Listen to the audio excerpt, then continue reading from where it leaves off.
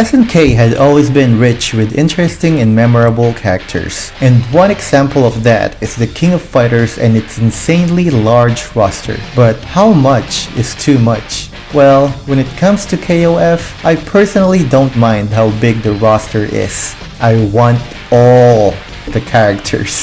So here are SNK characters that need to be in KOF 15 or KOF in general sometime soon.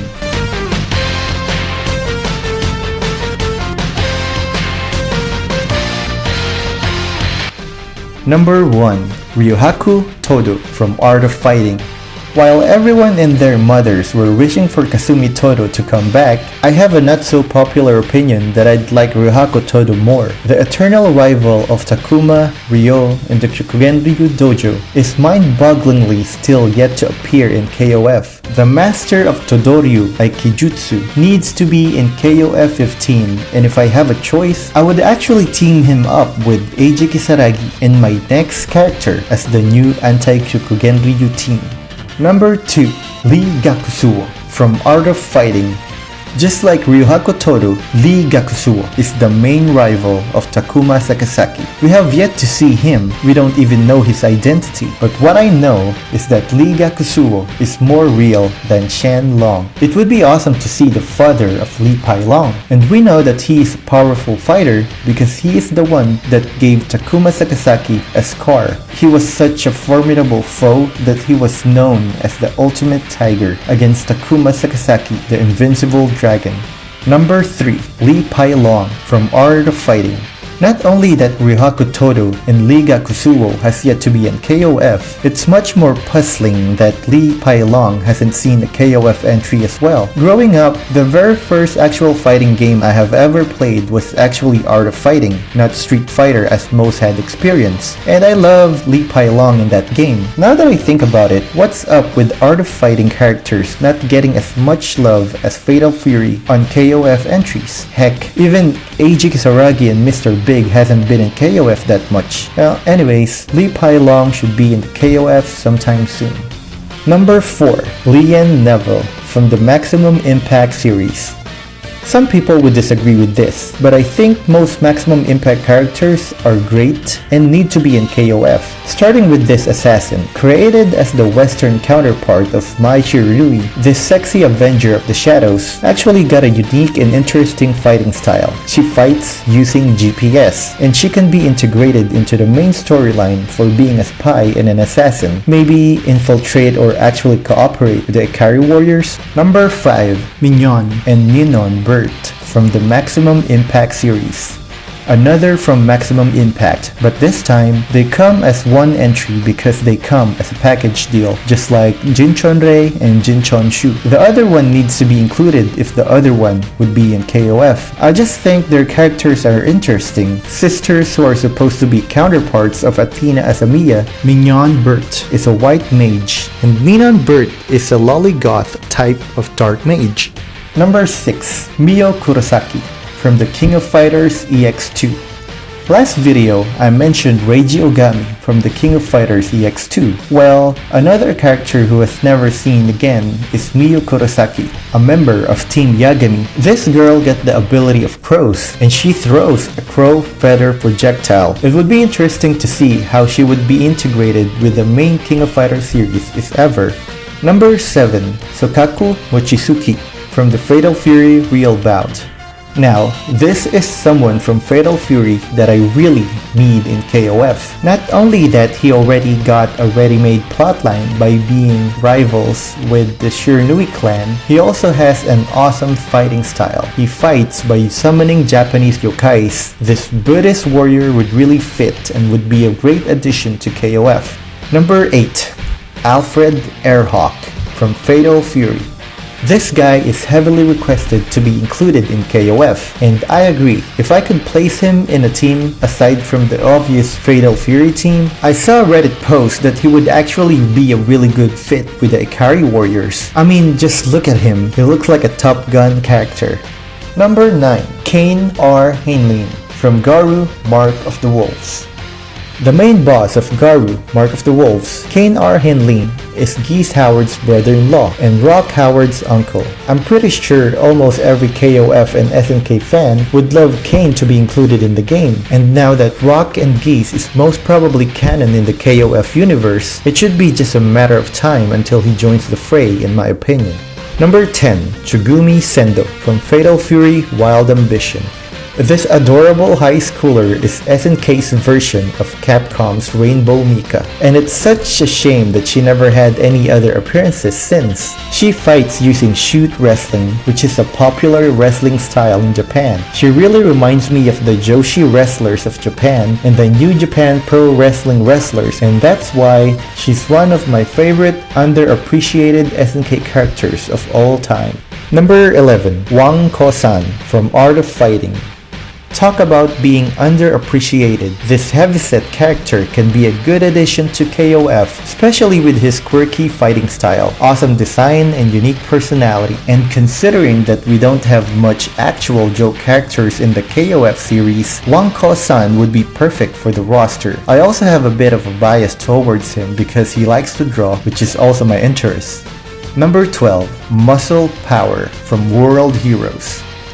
While everyone is talking about the Red Dragon, here I am thinking that Muscle Power should also be given a chance to join in the KOF roster. I mean, if you guys didn't know, he was also foreshadowed in KOF Heroines. This direct homage to Hulk Hogan is one of the memorable characters in the World Hero series. Sure, we got Clark, Vice, and Raiden in KOF, but we don't have a true blue, straight up Sanjif prototype grappler in KOF, and Muscle Power can fit this mold.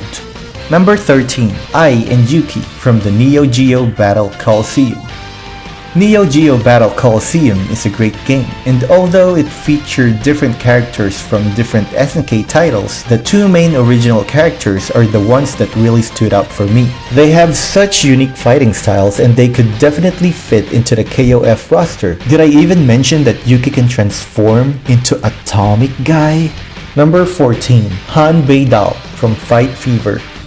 Are you tired of Gang Il taking spot in Team Korea? Then why not, instead of Gang Il, how about Han Baidao, or Kang Baidao as he appeared as a striker in King of Fighters 2000. Han Baidao is the main protagonist of an SNK game called Fight Fever and is a taekwondo master, even though I like Kim Hoon in that game better. Number 15. Go Kidokoro from the Aggressors of the Dark Combat.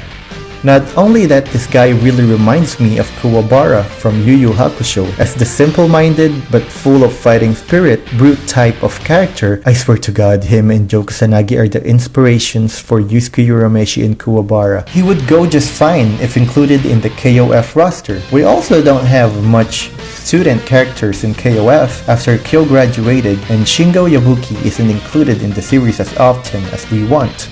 Number 16. Pupa Salazar from the Rage of the Dragons.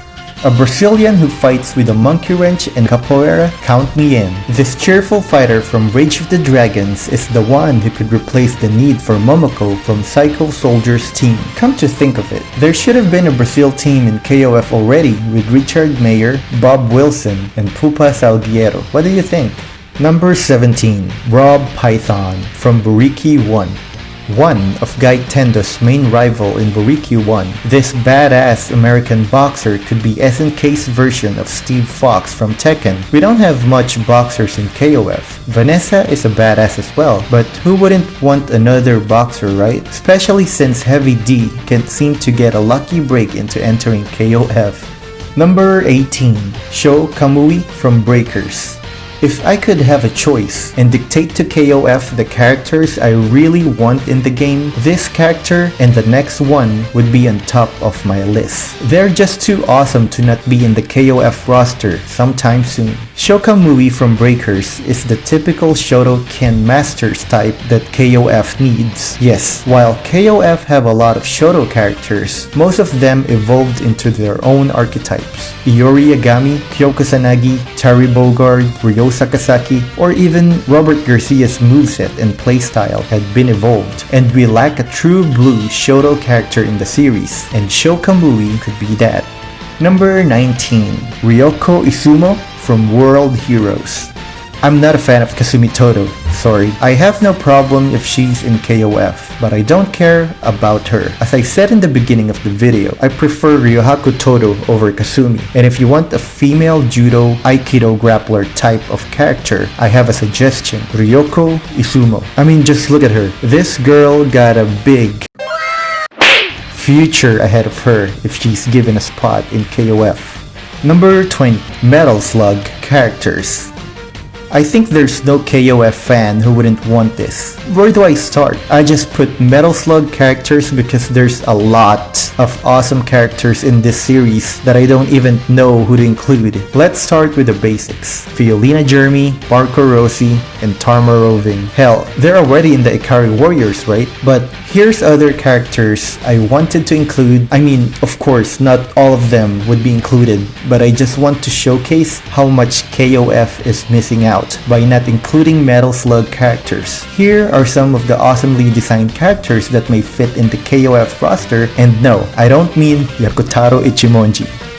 Alan O'Neill, the Immortal Devil Sergeant. He is the recurring mid-boss in the Metal Slug series that is always gung-ho and as wild as he looks. This guy and his Gatling gun can be a member of, let's say, anti-Ikari warriors, if there's ever a team for that. Dragunov.